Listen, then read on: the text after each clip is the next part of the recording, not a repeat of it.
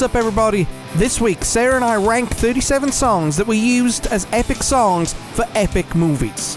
That and a whole lot more is to come on this week's episode of the 90s Podcast. Welcome to the show.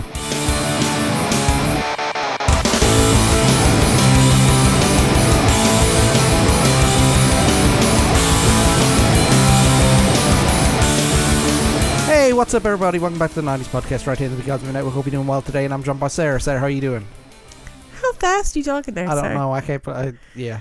It's one of those days. Do you want me to do that again? Yeah. Well, no. I'm good. Y'all, when y'all listen to him, doesn't he sound like he's about to auction off like some fire chickens or something? Like Fire chickens. Yes. Like, I mean, like one of the roadhouse auctioneers. Like, Got two chickens here, two chickens there. One chicken over there, chicken over there. We got a 3-legged goat that's only got half a good eye. I mean, what is... I'm doing well. Welcome back. Yes. It's been a hell of a week, let me tell you. It's been a decade of a year of a month of a week of a day. Yeah. Ha. Yeah. A lot has happened between Forrest Gump and here. Uh-huh. Yeah. Like, we forgot, right? Going through everything, we forgot that Forrest was named after a Ku Klux Klan general. Erps. Yeah. Screw that movie. And anybody who likes it. I'm just kidding. I'm just kidding. All right, man. No, I'm just kidding. So, Sarah, why are we here today? We are here to talk about some songs on some soundtracks and rank them. Yes. Now, Yes. we have already pre-ranked these songs. Yeah. We did that off camera because we didn't want too much of a debate. So what we're going to do is we're going to tell you what the song is, tell you where it's ranked, tell you why it's ranked where it is, and a little bit about why it fits the movie and so on and so forth. Just some general information. So we're doing everything back on camera that we did off camera. Yes. Okay. Yes, because this is not the first time we've recorded this. I've made all the graphics for this, and then when I went to edit the audio, my audio sounded like... Wah, wah, wah, wah, wah, wah, wah, wah. Sounded a little bit like this. Going on to like this, and then everything going in the middle of my thing. And Sarah was fine. It was just my audio for some reason. I don't know why. Looking at it Because now, I'm a professional.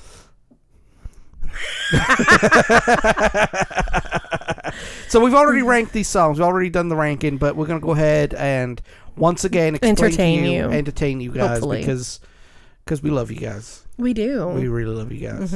So, here are the rules of engagement. Hang on one second. Let me pull up the rules of engagement. Are there all rules? There are rules to the rankings, and I'm the only one that cares about the rules. I've always been a rule breaker. Sorry. Yes. So, basically what we did is when we ranked them, we set a rule set in there. And that rule set said that each song that we picked is the theme song of that movie. It's not necessarily... You know, it's a song that was played in the trailer, Right. Or a song had the music video associated with it, Yeah. or in some cases the name of the movie named after the song. So each song is ranked. Yeah. So when you think of the song, you instantly think of the movie. Yes. For the most part. For the most part. There's some songs that, depending on what side of the pond you're at, it might not immediately twig, but for the most part, yes. Yes. Each song is ranked on how it fits with the movie and how good the song actually is. So it's like if it fits the movie good, but it's an awful song, you know, it's then you split it in the middle. Split it in the middle. Yes. Disagreements will lead to in the middle of two tiers, lower two tiers. We've already done that. Yes. And we've had some interesting debates about some of these. Yes. And we've got the final ranking, which I will post to you at the end of the episode. Yes. And I will tell you exactly what they are. There are 37 songs that we're going on. Excuse my clickety. Hang on. I'm just click. Yes. I'm just getting to where... He made such a pretty little graphic, y'all. He was so upset when it went away. Yeah, I didn't know how I was going to do this. So we've decided to just do it this way instead. So improvise. First things first. We're talking about things going across the pond and all like that. Did you watch 4 Weddings and a Funeral over here? Yes, but it was a long time ago. Long time ago. Yes. In a galaxy far away. No, but okay. That's my Weird Al for today. So Wet, Wet, Wet. The song was by a band called Wet, Wet, Wet called Love Is All Around. Now, it's a cover song of I don't know of Love Is All Around. I'd guess. I'd bet some pennies that the name of the song that they covered might have been. Yeah, but I think it was an old country song. But okay, this stayed at top of the charts in the United Kingdom for 19 weeks. Wow. And it held the record until I think Pharrell knocked it off.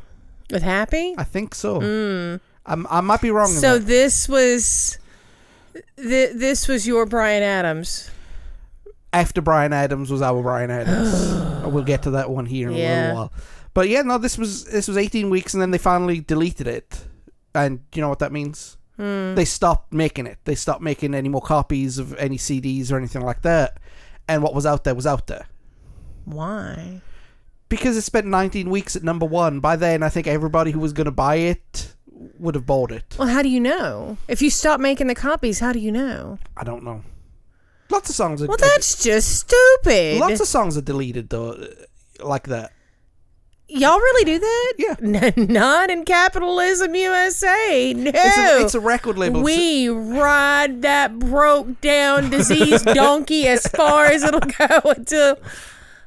Just ask the I love you always forever chick. Well, I think DJs were getting sick of having to play it every 3 hours. Oh, no. I didn't say that the DJs didn't get tired of it. I just don't understand the concept of not making the disc. Like, if people are buying the disc, like, are you trying to, like, boost it up the last couple of weeks by causing a shortage? Pretty much. What?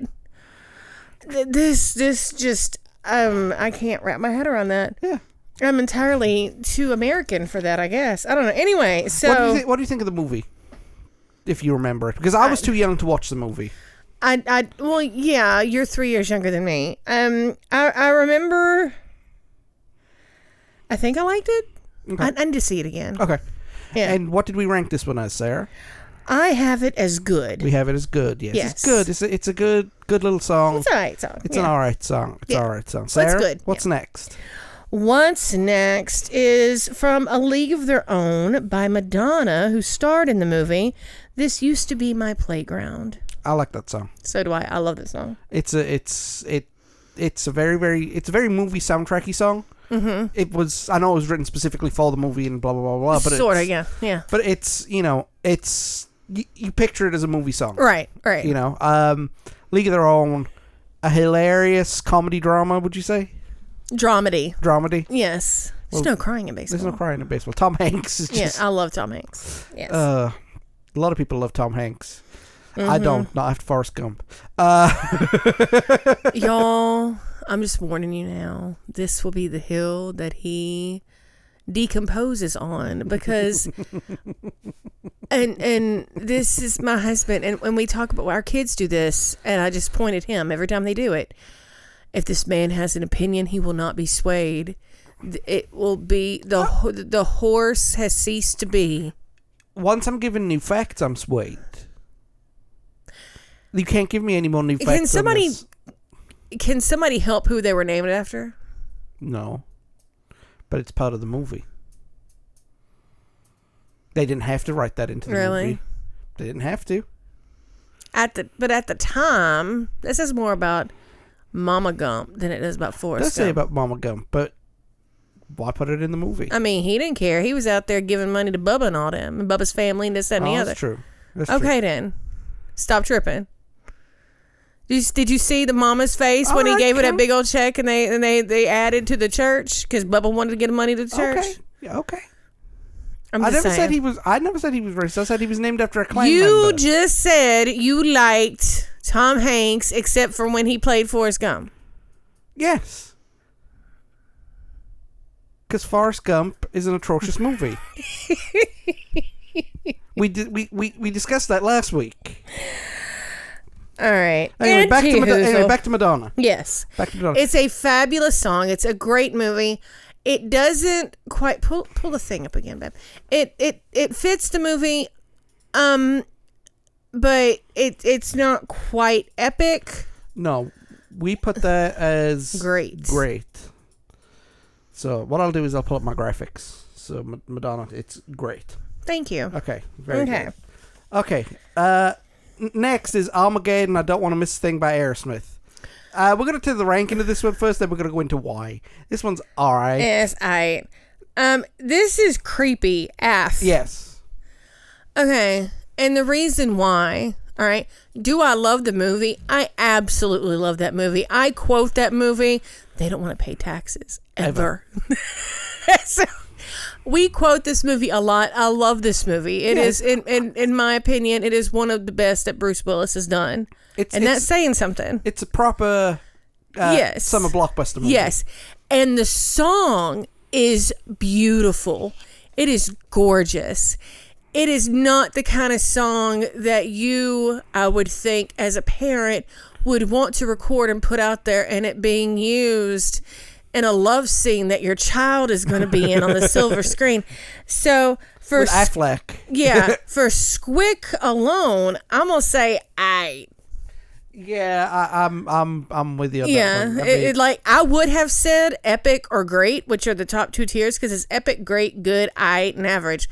I would have put it at epic or great had it not been used while Ben Affleck was like using animal crackers to trace Liv Tyler's uterus.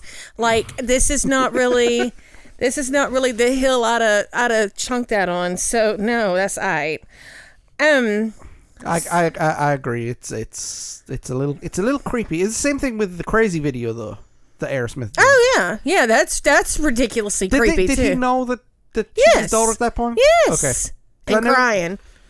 Because I knew it was later in life they found out. Yeah. It was near like not that long before that, but Crazy and Crying, because she was in both of those, and they were both equally as creepy.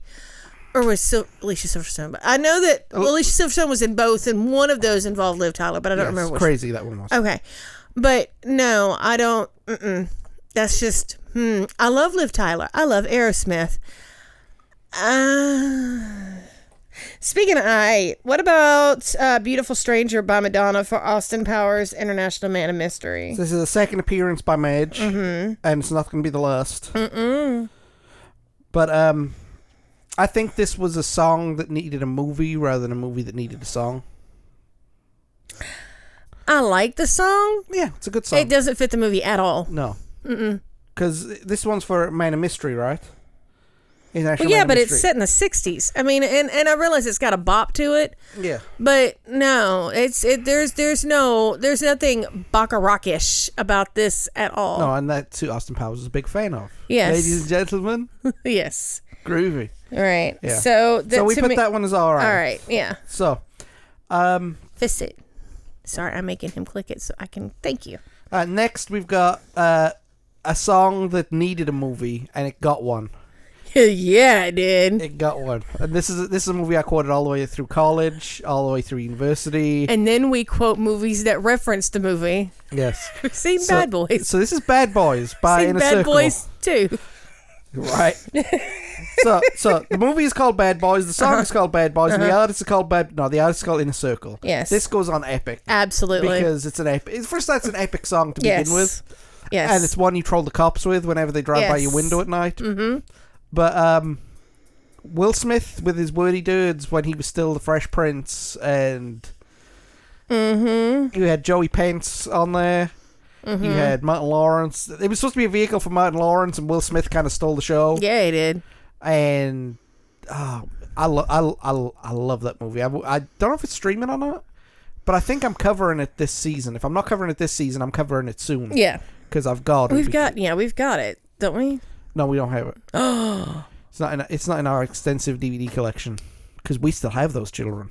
Because I don't rely on streaming, because streaming sometimes doesn't have what you want to watch. That and internet sometimes go poof. Yes, but this song, epic. Yes. Absolutely epic. No other way to describe it. So, clickety click. And then we have the next two are from the same movie. Okay. So we're talking about the movie Batman Forever, the movie that was so epic it spawned not one, not two. Well, yeah, at least two. Yeah, two. Sorry. Not one, but two songs on the soundtrack. So the first one that we're discussing is Hold Me, Kiss Me, Thrill Me, Kill Me by U2. I'm laughing. Look at your sheet. Now, what's the name of the movie? It's Batman, but you put Bantman. So like I wasn't going to point out the fact that you got all like like some British superhero who deals with nothing but insults all day. It's just banter, mate, you know. I cannot with you. This song right here is on my playlist of songs that I don't skip when it comes on, but not songs that I look for. You have a playlist of that? No, I mean, right. That's an oddly specific playlist. You know what I mean? Just songs that I don't wake up one day and go, oh, listen, I need to listen to Bono today. But then again, I'm like that with most of you two anyway. I blame that album, the Red Album or whatever it was that they dropped on it. That they the iPhone album. I actually like that album. Okay, I liked it. I think it's very good, actually. I didn't need it yeeted at me. I mean, how full of yourself do you have to be like, everybody needs my work? Apple threw them $80 million. I mean, I didn't say that. If Apple threw $80 million and told me that all my stuff we put on every Apple customer's iTunes account, I would be like, gimme. I said good. You said good. Where are we? Yes, it's a good song. It kind of suits the movie a little bit because it's a creepy song, and the Batman was trying to be creepy. The Schumacher Batmans anyway. Yeah. Even though they turned out campier than a campground. Yes. Yes, they did. With the bat nips. Right. And the bat cheeks. Yes. But that wasn't the only song that came from this. It was Seal, Kiss from a Rose. Yes. Now, I don't think this suited the movie. But as a song, it was better than Hold Me, Kiss Me, Kill Me, Thrill Me. Can't even say it right. I can't say it right, can I? No, I agree. That's why I have that one as great. It is great. That's what we have it as. Fabulous. So, what did you think of the we've covered both Schumacher Batmans in detail on here. Just for recap, what did you think of Batman Forever? Oh, it's excellent bat nips. There we go. Tommy Lee Jones trying to out Jim Carrey. Mm-hmm. Yeah.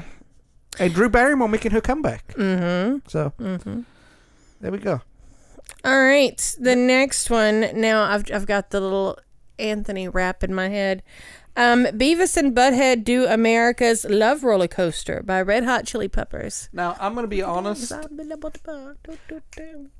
I don't know the song off the top of my head. 1, 2, 3. I've got a ticket to ride with me. Okay, anyway. Keep going. It's content. No, it is not. That is, for me, is epic. Well, we're going to put it in epic because, like I said, I don't know the song. I'd probably recognize it if it was played. But I'm not a big Chili Peppers fan, and while I enjoyed the cartoon Beavis and Butthead, I never really got Beavis and Butthead to America, partly because I had a classmate who sat next to me who'd always pull a sweater over his head and call himself Cornholio, and I wanted to punch him square off in his nose every time he did it. Yeah. Because he wasn't like Beavis at all. He would just do it to annoy people. So, yeah. All right. So, we have that as epic? We had that as epic, yes. We put that as Yay! Epic. Now, next is from another fabulous movie, Bill and Ted's Bogus Journey. Now, this song is not a 90s song. No. It was made in the 80s or 70s? Yes. Early 80s. Okay. I think. Somebody's got to fact check me on this one. But it's from Kiss. God gave rock and roll to you. Kiss. Somebody described Kiss to me one time as Boomer Juggalos, and I can't unsee it now. No, I'm laughing because in my youth, I was close enough at both sets of concerts to get Gene blood spit on me and to get hit in the head by the seltzer bottle at an ICP concert. So, yeah, I could see it. I mean, God Gave Rock and Roll to You is like, isn't it the same lyrics over and over again? No. It's been so long since I've listened to it, I can't remember. But it's pretty much the chorus. Okay. But yeah. Well, yeah, I know it's the chorus. I just didn't know. I don't know any of the verse lyrics. It's been a minute. If it was on, I could sing along with it, but my brain is... I've had children since then. Fair enough. Okay. Fair enough. So, I could pull up like the Wiggles lyrics way better than I could pull up Kiss at the moment. Anything for which SpongeBob. is sad. Right, yes, anything. Thanks, John. Now I've got the campfire song in my head. You know who wrote that? The guy who does Phineas and Ferb. Very cool. Oh, one of the things that I do, plug, every day we have on YouTube, there is a show from 3 to 6 p.m. Central Standard Time called The Creative Sprints. And we work on our creative projects for, like, we do 6 Pomodoros, which is 25-minute sprints. And then anyway. But there's a woman who is from Australia who comes in. And she'll come in and she'll talk. She's like, because, it's summer down there. And she's like, hello from the sunny city of Townsville. The city of Townsville. The city of Townsville. For a point, name that cartoon. Put it in the comments. Every time she comes in, and it amuses me and tickles me and warms my heart to no end. Yeah. But if you're working on anything you need to concentrate on, so it can be creative work, it can be homework, it can be work. If you need somebody to kick your butt and sit in chair, as Flula would say, and do the work, check us out on Creative Sprints on YouTube. It's on YouTube, and I might be kind enough to drop your channel in the description. If they've made it this far, they know how to Google. So please do that. But if you forget, I'm not going. I'm not going to hold it against you. I was just trying to be convenient. Were you now? Yes, I was being nice. I was being convenient. Okay. All right. Anyway, next song. Back to ranking. Sorry. There you go. Back to ranking. It's a song by a criminally underrated band. Yes. Criminally underrated. Mm-hmm. And I'm not just talking about, like, in America, they had a minor hit with this song. But even in the UK, they had, like, 2 albums worth of real good material, and then they kind of fell away. Yuckadoo. It's a band called Feeder. Mm-hmm. And the song's called High. And the song itself is for the movie Can't Hardly Wait. I think it was written specifically for the movie. Okay. Now, I've not seen the movie Can't Hardly Wait. I want to tell you that I have, but it would have been many, many years ago, and I can't promise that I was sober. I'm just going to be real with you. Can be real. No, the song itself is fantastic. Yes. It really, really is. Yes. I mean, it summed up a style that they can play. Because they're more... someone described them to me once as the British version of Smashing Pumpkins. Okay. Which they can do that hard rock, they can do the mellow rock, they can do the acoustic rock, they can do everything in between. Yeah, it fits. Punk rock. Yeah, that fits. And they had a real big hit with a song, and even the guy who wrote it said, I don't know why I put that in there, who drinks cider from a lemon? But check it out if you can. It's called High by Feeder. We put that in. Great. Tony the Tiger will be very proud of us. Yes.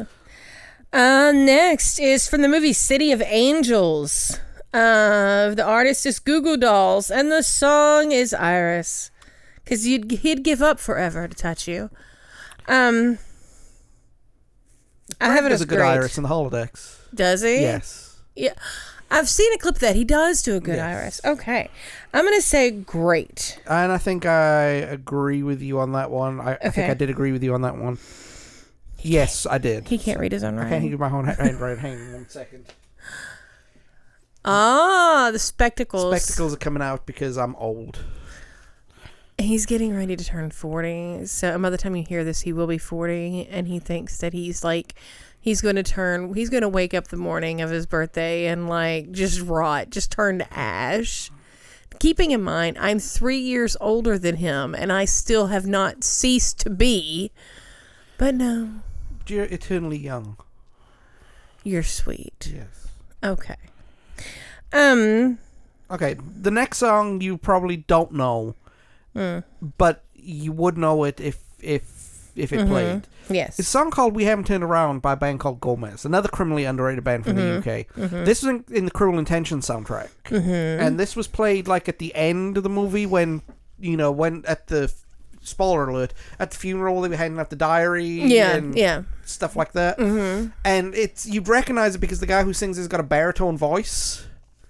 Yeah. Which is, and it goes in a word. Because I can't sing, I'm not even going to try and do it. But that's my humming impression of it. It's a real good song, and I think it deserved to go in the epic category. And I agreed. So we put it in epic. Woohoo! Woohoo! All right, next. Oh my gosh. Just epic. Just epic squared. From the movie Dangerous Minds, Coolio, Gangsta's Paradise. Yes, it's a fantastic song. How can they reach me? I guess I can. I guess they won't. I'll stop. You can keep going. No, we can't afford to pay for that. I'm not going to keep going. You got 6 seconds. Go. No. Oh, goodness. No, I think this song is remembered mainly for 2 things. Mm-hmm. The music video, which is clips from the movie, and I think they actually filmed some original stuff with Sharon Stone. Michelle Pfeiffer, excuse me. I was just sitting in the chair. Staring blankly like she can't see nobody. Just go spitting bars in her face. And Weird Al Yankovic's parody of it that he didn't get permission of, but he thought he did, so he changed his... Okay, in his defense, his people told him they had permission. Yeah. So. And they made that before Coolio died. Yes. So that's that's something. But what do we say with this one? Epic. We said epic. Okay. Yes. Next. All right, Kay, this is one of my all-time favorite 90s movies. Dazed and Confused. Yes. The song is Sweet Emotion by Aerosmith. Now, another appearance for Aerosmith? Yes. This fits because one of the subplots in the movie is everybody's trying to figure out, are we going to the Aerosmith concert? Because this is set in 1976. So, having said that, you have baby Ben Affleck in this. You have the first major film for Matthew McConaughey, and which in Meme Land, that is where all right came in, along with It'd Be a Lot Cooler If You Did. Right. Those are both from that movie, and you also have Cole Hauser in that movie, playing a dude jumping out of a truck with a wooden paddle about to beat a freshman's butt, who would grow up, I said, well, he was already grown, but who would go on to play in Yellowstone. Okay. Yeah. So, amazing cast, amazing plot, amazing soundtrack, amazing song. I am yeeting this to epic. And I agreed. Yay. So, next is Empire Records. The song is Till I Hear From You by the Gin Blossoms. You have 6 seconds. Great. It's great. We put that as great. I have not seen Empire Records. And I've never seen it. I need to watch it. I know. Can I gasp again? You can gasp again. You can clutch your pearls. I'm not wearing pearls. Yes. Well, no, I just never seen it. I've never... Y'all. We don't own it, and on the streaming stuff, I've never found it. But it's got all your people in it. Probably, yeah. Yes. But I've never found it. Does that make sense? It's like... Yeah. Because you know how I scroll through the stuff and then don't watch anything? I've got this as great. Well, if you have it as great, I want to take your word for it. But you have it as great, and I had it as good. So we put that in the good category. Okay. Dun, dun, dun. Yes. Okay. All right, next. We're back with Madonna. Yes. But, you know what? Don't cry for her, Argentina. But it's a musical. It's from Evita. It is one of these songs from a thing. So, if one of the rules is how does a song work with a movie, this way. This one is the movie. It is the movie, yeah. You can't handle the truth. No, this is the truth. No, right? So this would, by default, it's a tearjerker of a movie. It's a dang good song. She kills it. The video is flawless. Epic. It's already there. That's not on this list. No. Okay. Now, the next one. If you've ever thought of sitting at a pottery wheel with Whoopi Goldberg substituting your significant deceased other, this one's for you. It was Demi Moore, not Whoopi Goldberg. No. Demi Moore and Whoopi Goldberg and Patrick Swayze. You've never seen Ghost. Yes, I've seen Ghost. Okay, remember, Whoopi was the medium? Yeah, but she wasn't the one in the pottery scene. No, not at the first pottery scene, but at the end, she was channeling through. It switched to show, but you don't realize unless you put the thought into it that's actually Whoopi. Okay. She's seeing it as him, but it's Whoopi. Okay. So, I mean, if you've ever wanted Whoopi Goldberg to stand in for your deceased spouse while you make a vase, this is it for you. When was this song made? In the 60s or the 70s? 50s or 60s, yeah. Yeah. But the Righteous Brothers doing Unchained Melody from Ghost, it's epic. Epic. We put it in. Thank you. Next, Godzilla. Yes. Cover of David Bowie's Heroes by the Wallflowers. Yes. Criminally underrated band. Yes. For those who don't know, it's the son of Bob Dylan and Jacob and his friends. And this is a really good cover. Mm-hmm. But it's not. It doesn't really mesh with the movie. Well. So we put this one in. Alright. This went in all right. Now, went to another musical. Yeah, this one is sort of in the Evita category in that you can't think of... Okay.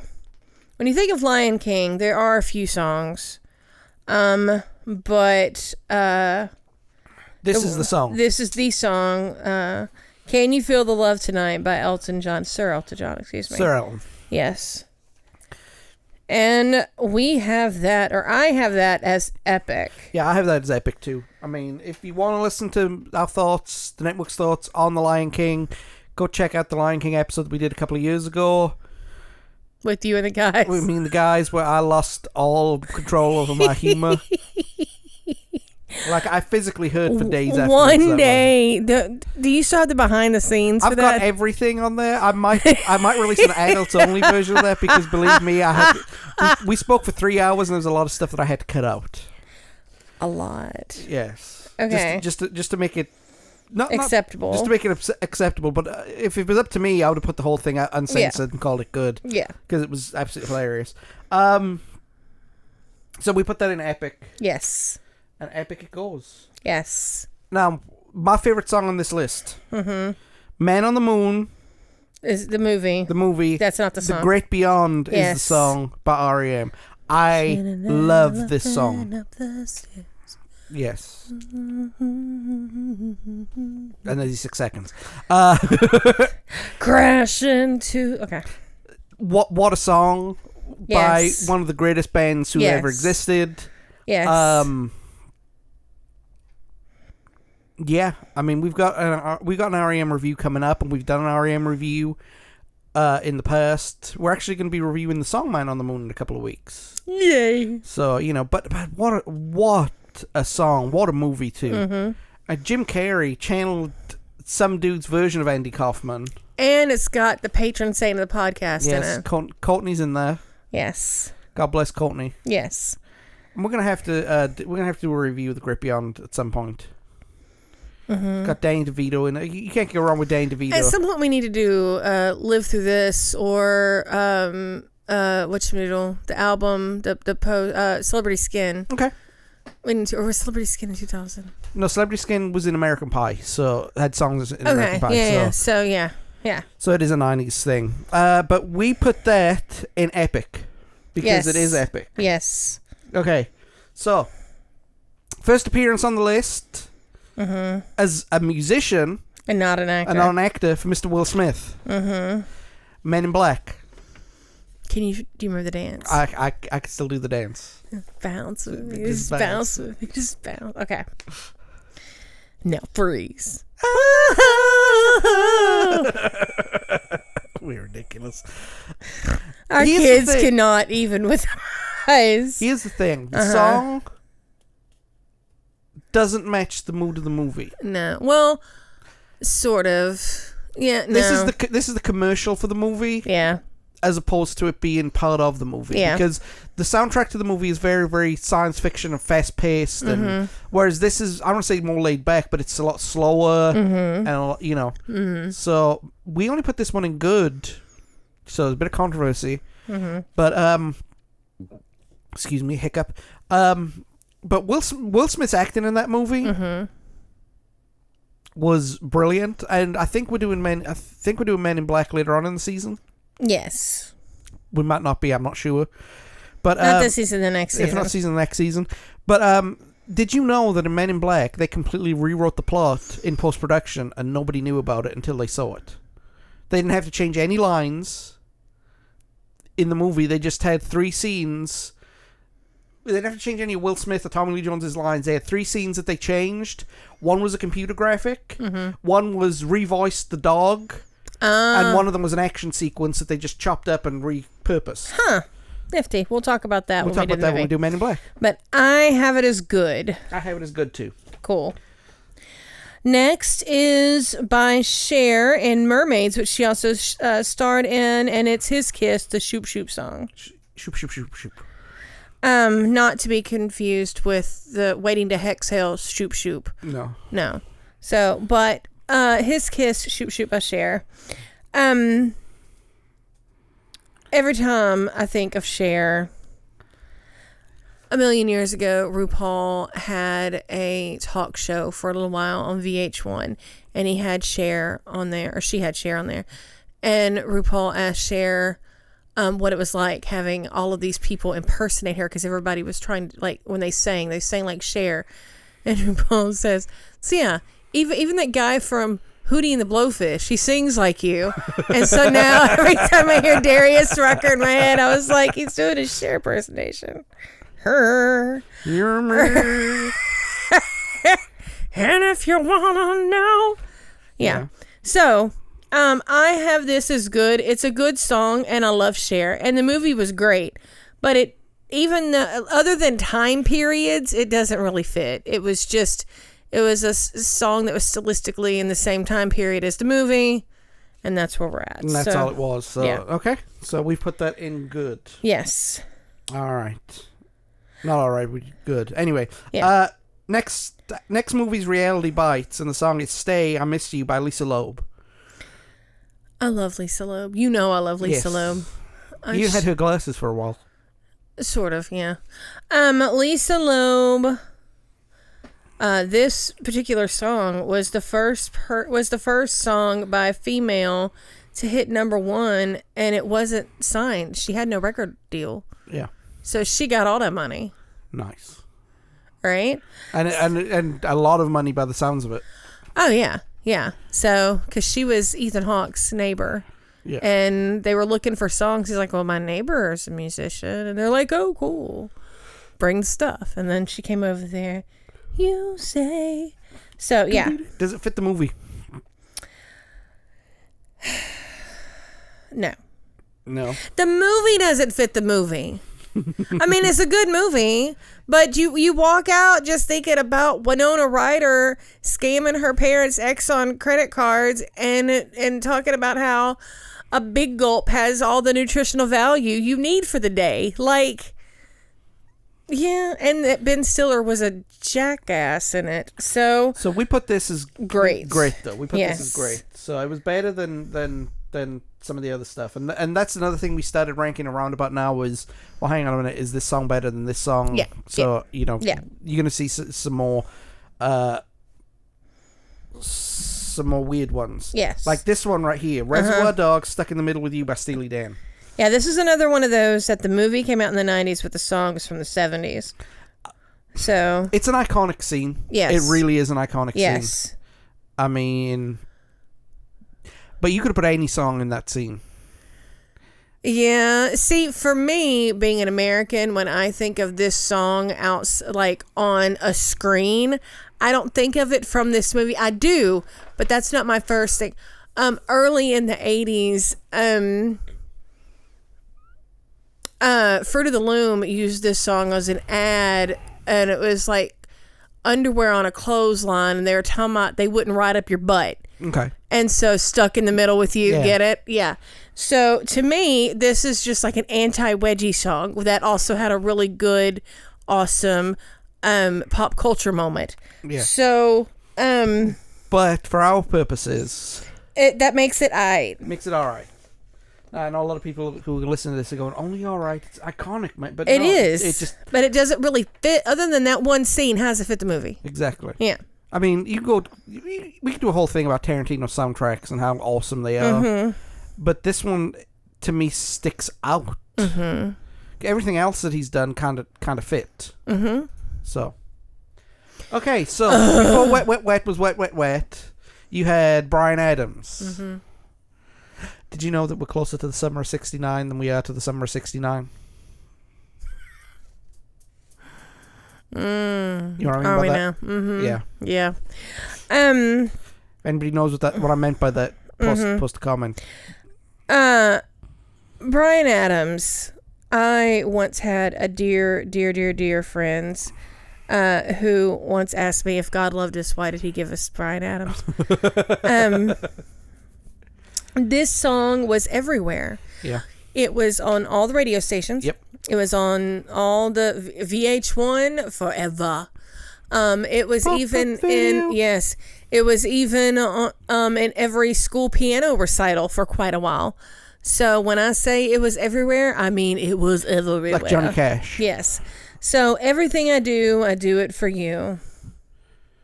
I mean, it was a song that was just.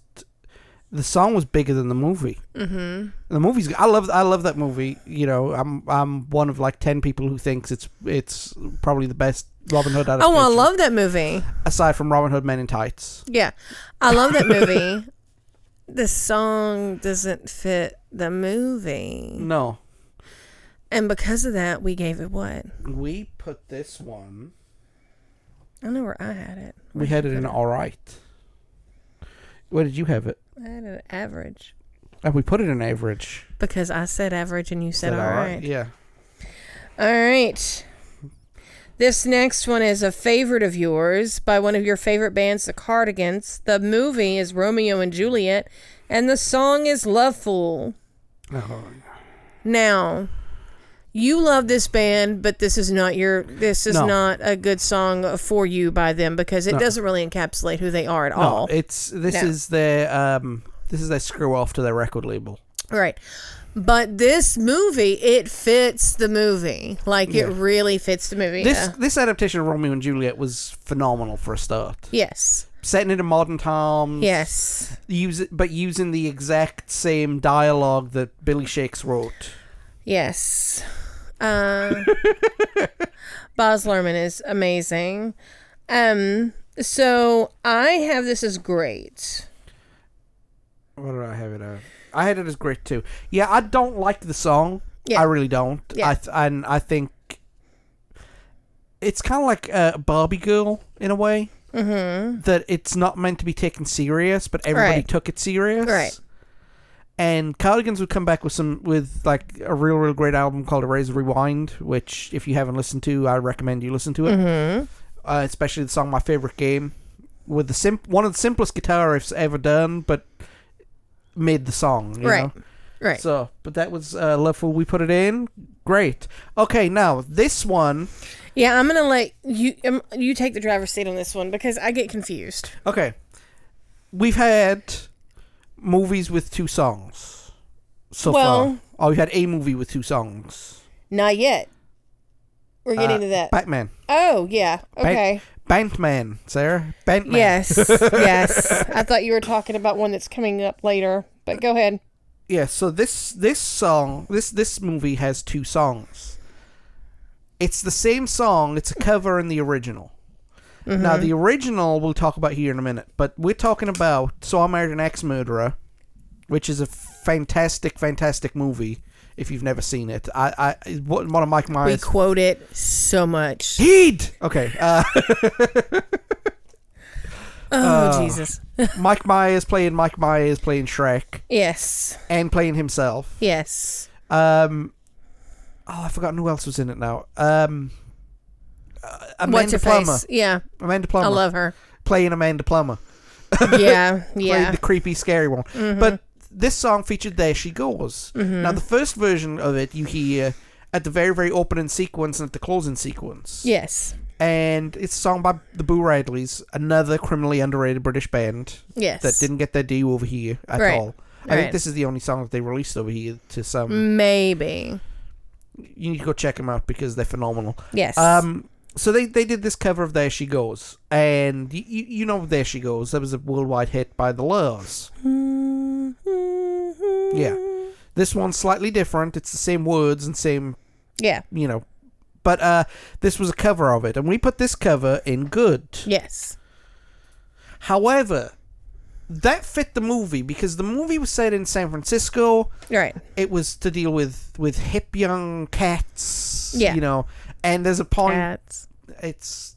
I got you. Keep going. You know what I meant by that. I know what you meant. But like in the beginning, they even touch on that, where this says, "So why you dressed like Huggy Bear?" I'm supposed to look hip. No, you look like an undercover cop trying to look hip. Yeah, right. That's because I am an undercover cop trying to look hip. Right. And it goes on like that, but it's you know, it's kind of not mainstream, right? It's hipster. Right. It's a hipster movie. And then they play the original There She Goes, slap bang in the middle of the movie. Which sort of the vibe, it doesn't pass the vibe check. It doesn't. It's just there to be there. Mm-hmm. And phenomenal song. Mm-hmm. I mean, I think every rhythm guitar player worth the salt should know how to play this song. But we put this one in. Drum roll, please. Ding. Average. Yes. Great song, but just didn't fit the movie at all in any way, shape, or form. Yes. So, I'm leaving this one up to you.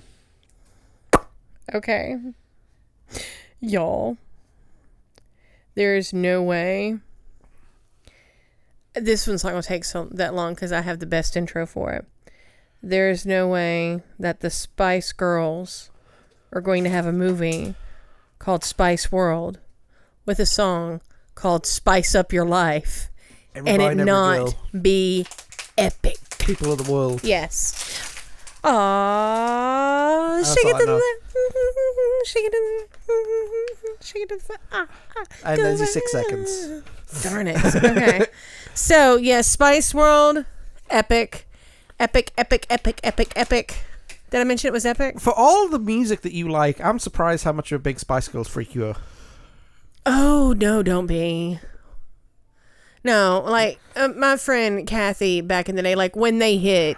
Like, we were all in our little rock vein, whatever thing, and she's like, yeah, you're really gonna, this band, where you're going to get lost in them and we'll never see you again. I was like, it won't be that. Yeah, it was. Yeah. Like, you'd go from 9 Inch Nails to Spice Girls. I mean, would. that's... Typo negative to, yeah. Mm-hmm. All right. Next is Kevin Costner's second movie appearance here. And Whitney Houston's first. Yes. That would be The Bodyguard, Whitney Houston, I Will Always Love You. There is... What's Whitney Houston's favorite coordination? Hand-eye. Hand-eye. Yeah. I can't with you. This video and the song... The song is the movie. Yeah. Yeah. And the movie's great. I was thinking about this movie the other day when I was driving past somebody's house and they had... have you seen the movie?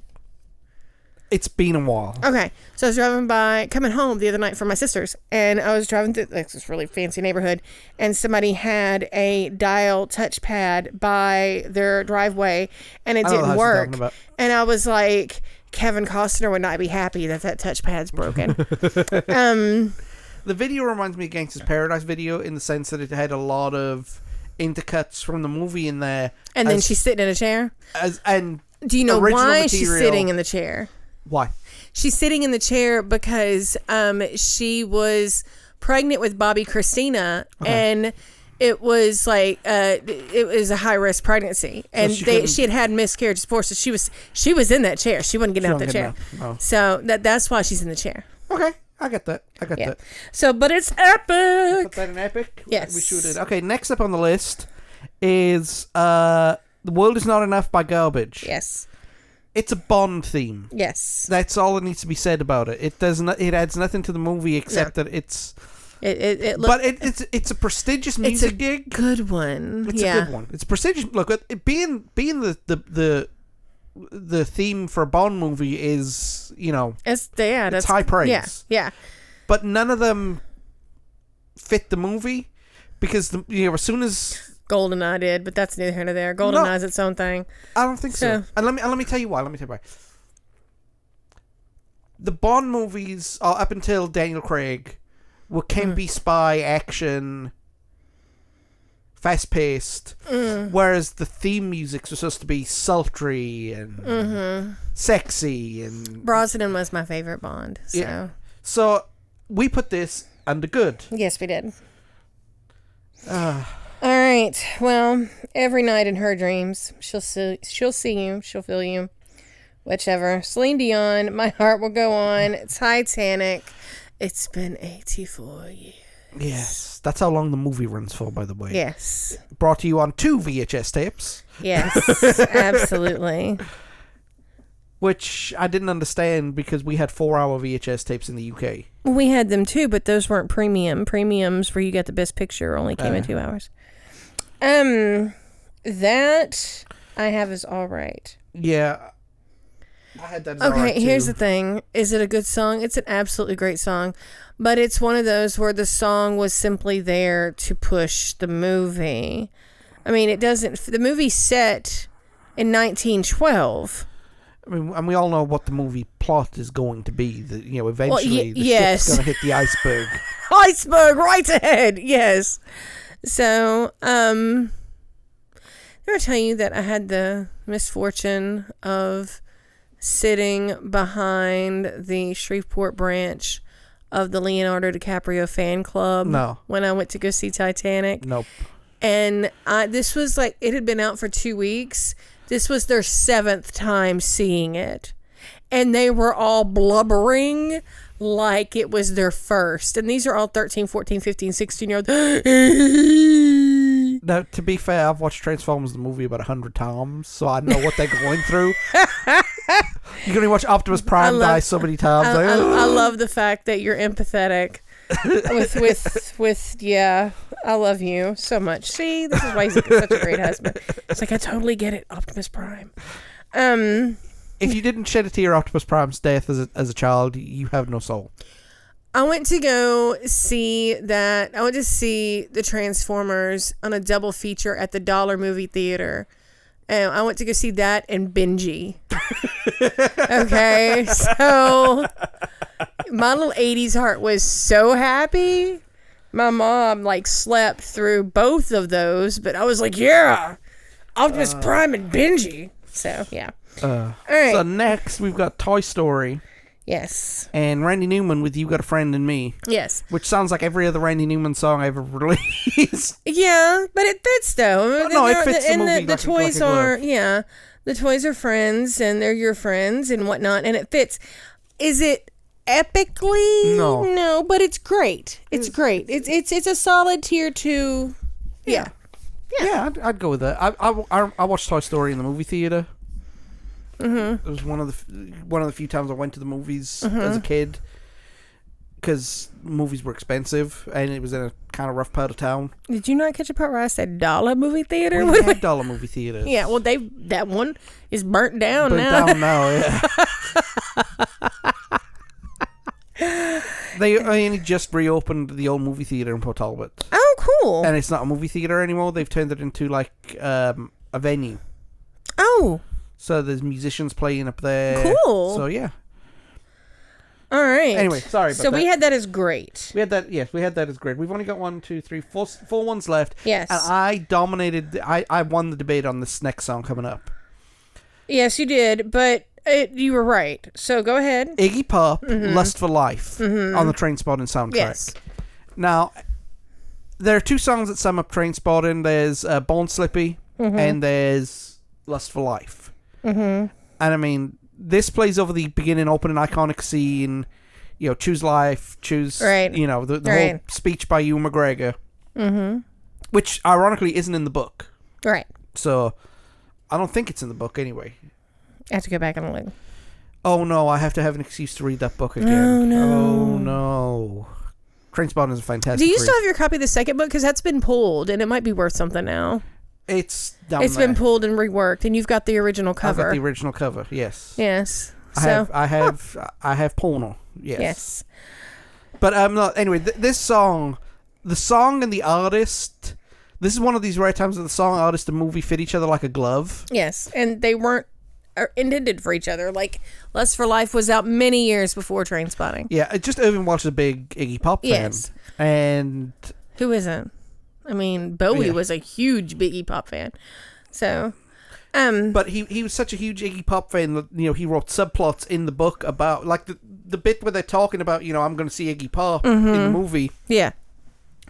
That actually is one of the chapters in the book. Yeah. You know, talking about it. And they actually describe him going to the concert and everything like that at the Barrowlands. Yeah. So, you know, Iggy Pop and Trainspotting fit together, you know, like a glove. Like a glove. I don't want to bring the mood down. Like My Chemical Romance and Twilight. You know. Yes. I want to get love out of you. Yes. So but we put that into epic. Yes, that is an epic song. Sarah, you lead the way on this one because this one has a story to tell. It does have a story. So once upon a time, a movie was coming out named Con Air, where you put the bunny back in the box. Yes. There was a song that was Watch our written. review on that one. Yes. There is a song that was written for the movie by Diane What's-Her-Face, who's the same one who wrote Don't Want to Miss a Thing. I forget her last name. Look her up, please. You've got your phone. I know, but I'm speaking. So, sorry. But, anyway, the song was written for the movie. It's called How Do I Live? Now, originally it was pitched to two separate artists. It was pitched to Trisha Yearwood, and it was pitched to Leanne Rimes. Both of them were kind of assured that their version was going to be the one on the soundtrack. Trisha is the one who won out, and it is actually played in the bar before the thing that happens. The movie's been out a million years, but before, I haven't done a review on it. Yes. So before the fight in which he becomes the Con of Con Air. But Leanne Rimes' version is good, and the music video has her standing on like derelict plane parts because it was supposed to be for the thing. And what's Diane's last name? I'm seeing if this is the right person. What's the name? And I'll tell you. Diane Warren? Yes. Okay. That is her. She wrote, we could do an episode on Diane Warren. I mean, really. Like, list off some of those songs that you're seeing. Let me see. Hang on. Single release. All I Want Is Forever by on the TAP soundtrack. All You Mean to Me Is Everything on the Real soundtrack. Hang on. That's his chair, by the way. He didn't just toot. Are You Gonna Be There by NSYNC? I'm trying to find one.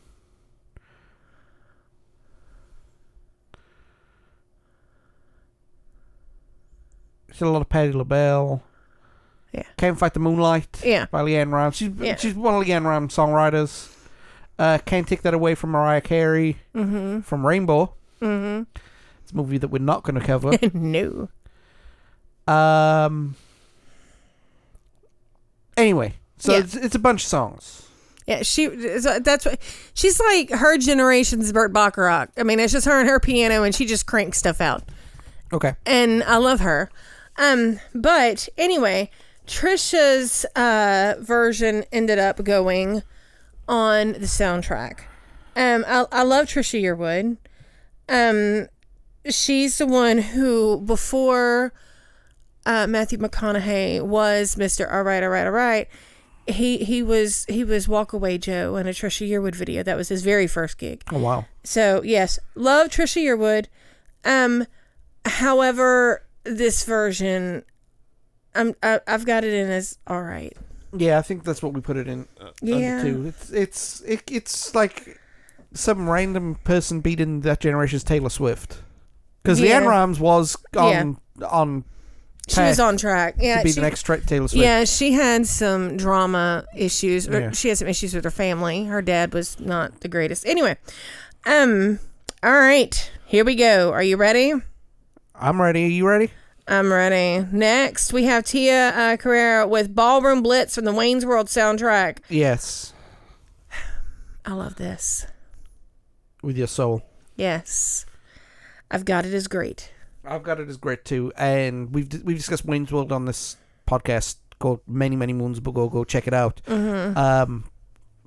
Probably the best Saturday Night Live adaptation of a movie. Of their characters. Can you think of any better? Equal maybe, but better no. I mean, someone will say the Blues Brothers, but yeah, there's Blues Brothers. Well, I mean, from that class of Saturday Night Live, yes. I mean, I liked Coneheads and stuff. Well, I like Coneheads. I love Coneheads. I thought it was. And Blues Brothers, yes, but you like the Dan Aykroyd character. Yeah, okay. Minus Dan Aykroyd and Belushi. Was Happy Gilmore originally? Nope. No. Adam Sandler's characters were completely and utterly original.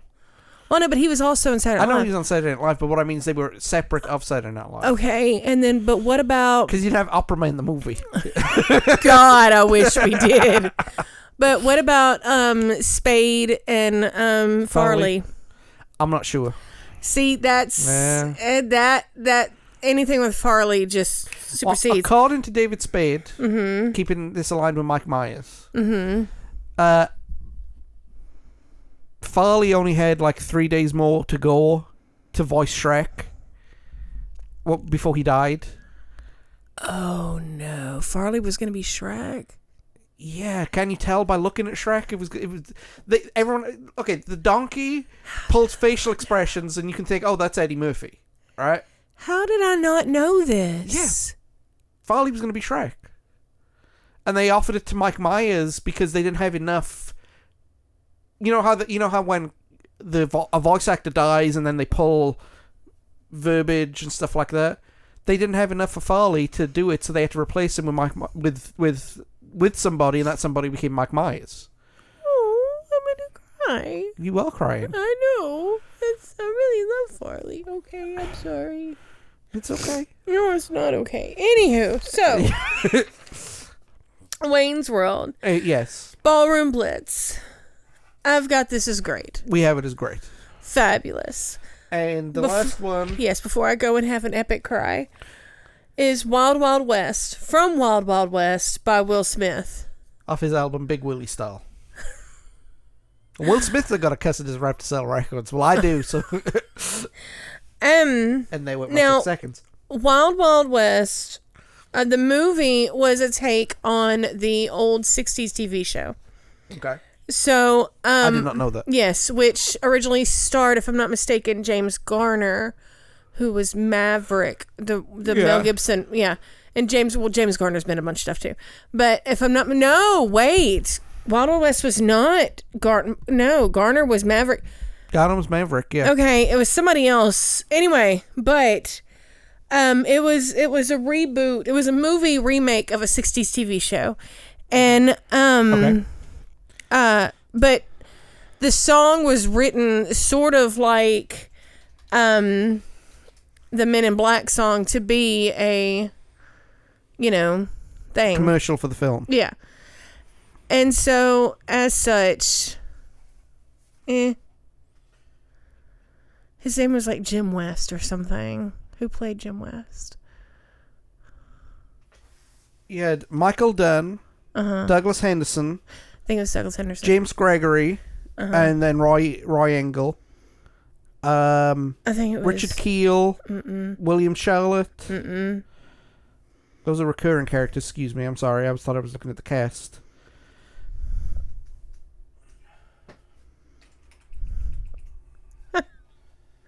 Wait, so who played James West?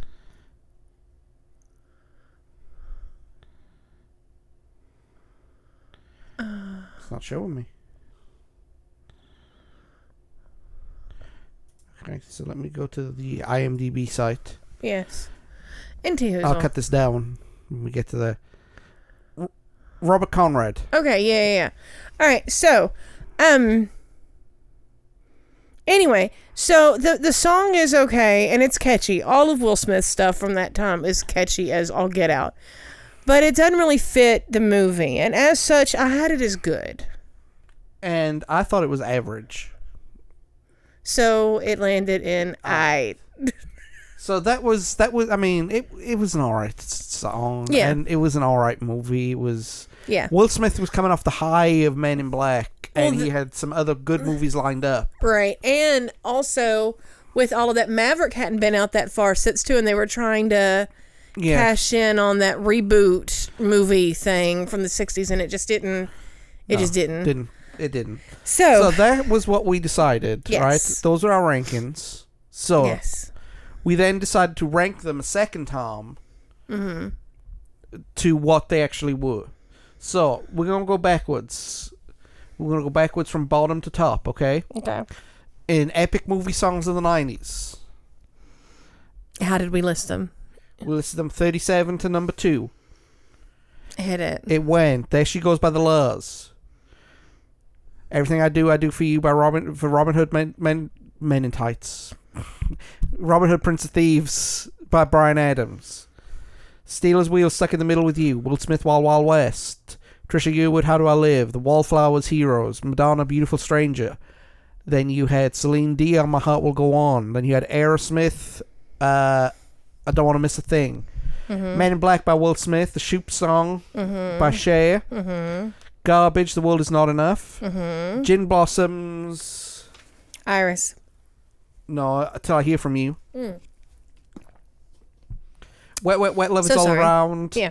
The Boo Radleys. There She Goes. Hold Me, Kiss Me, Thrill Me, Kill Me by U2. Then in great category from bottom to top, we had You Got a Friend in Me. Kiss from a Rose. Ballroom Blitz. Used to Be My Playground. Hi, Iris. Stay, I Miss You. And Love Fool. And then in the epic category from bottom to top, we had Love Roller Coaster by the Chili Peppers. We had Sir Elton John. Can You Feel the Love Can You Tonight? Feel the Love Tonight? Righteous Brothers, Unchained Melody. Sweet Emotion by Aerosmith. Gomez, You Haven't Turned Around. Don't Cry For Me, Argentina by Madonna. Spice Up Your Life by the Spice Girls. Lust for Life by Iggy Pop. R.E.M. Great Beyond. God Gave Rock and Roll to You, Kiss. Coolio's Gangsta's Paradise. Whitney Houston from The Bodyguard, whose name escapes me right now because I can't see it. I Will Always Love You. I Will Always Love You, finally. And the most epic 90s song from movies, from epicness, went to Bad Boys. It's the one that suits the movie the best. It's the one that's a great song. Yes. And it launched careers. Absolutely. Even though it was a vehicle for somebody else. Yes. So, that is it. Do you agree with us? I'm going to put a link to our ranking in the description of this podcast. Fabulous. You can rank your own ones and tell us what we've done wrong. Yes. Tell us in our social media pages what we've done right and what we've done wrong. Yes. And any songs that we've missed out that you think would fit these categories. Because I only picked 37 of them. That's all I could be bothered to find. You almost said we already did. I almost said we already did. That's all I could be bothered to find. No, I did have a huge list, and I cut it down to this 37. And because I didn't want to be here for 3 hours. So, that is it. I'll be back here in a couple of minutes. Sarah, you want to stay on, or are you going to hop off? I'm going to go cry. Okay. I miss Chris Farley. Miss Chris Farley, okay. Yes. Well, while Sarah's dealing with her Farley issues, I will. I'll be back here in a couple of minutes to talk about what's going to happen next week and what's going on. I'll be back in a couple of minutes.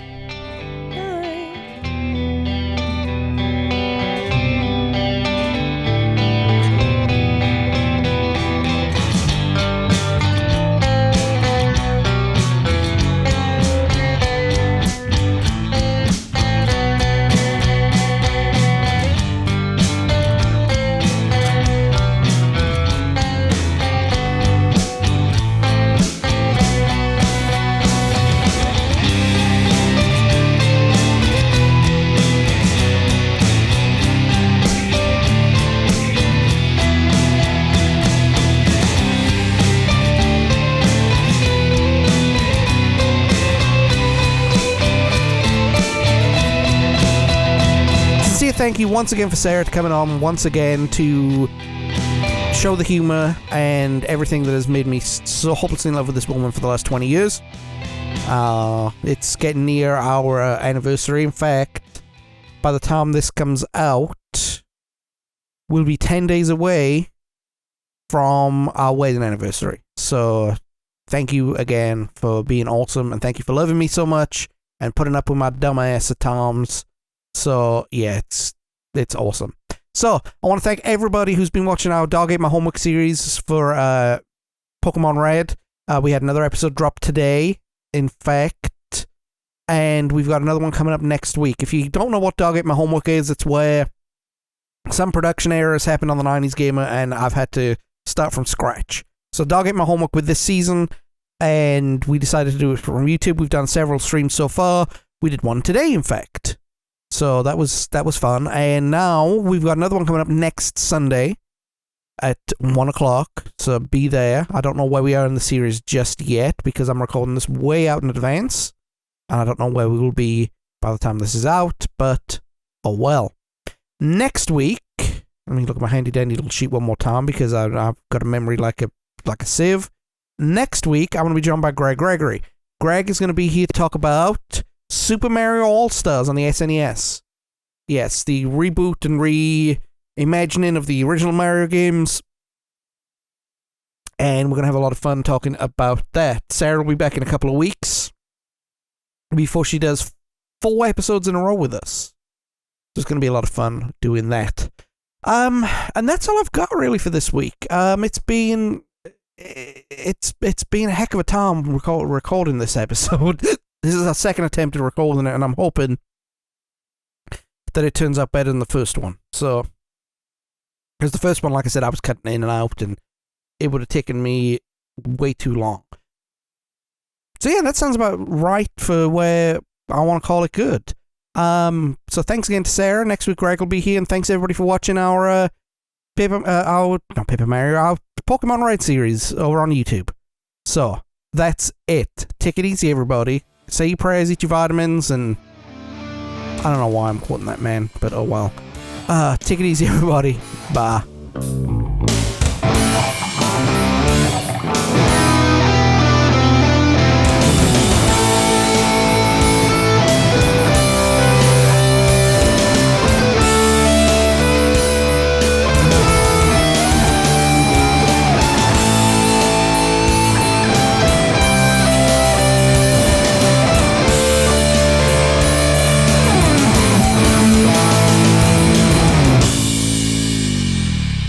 Okay, just checking something. Sorry about that. We'll start that again. Because I didn't see the squiggles. My audio doesn't squiggle. It flats. All right. That's going on the end.